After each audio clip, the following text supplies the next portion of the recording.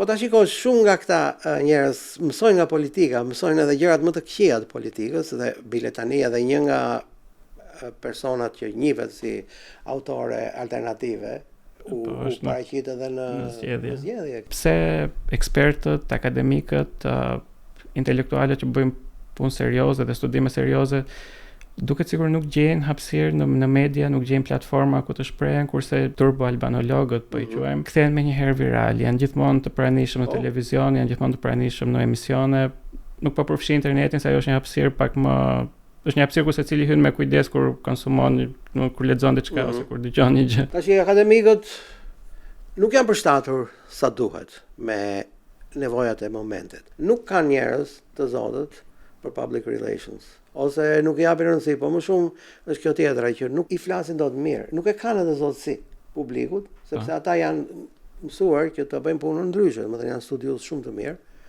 janë në gjendje të komunikojnë me njëri tjetrin, me kolegët e tyre anë mban botës, të botojnë artikuj, të shkojnë nëpër konferenca e kështu. Po kur dalin në televizion, ngecin, nuk artikulojnë dot mirë. Po ka dhe një gjë tjetër. Disa prej tyre kanë frikë tani që ta bëjnë këtë gjë, edhe kur ju jepet mundësia, sepse për fat të keq disa nga alternativët, s'po i quaj me emër tjetër, tregojnë shumë agresiv në rrjetet sociale.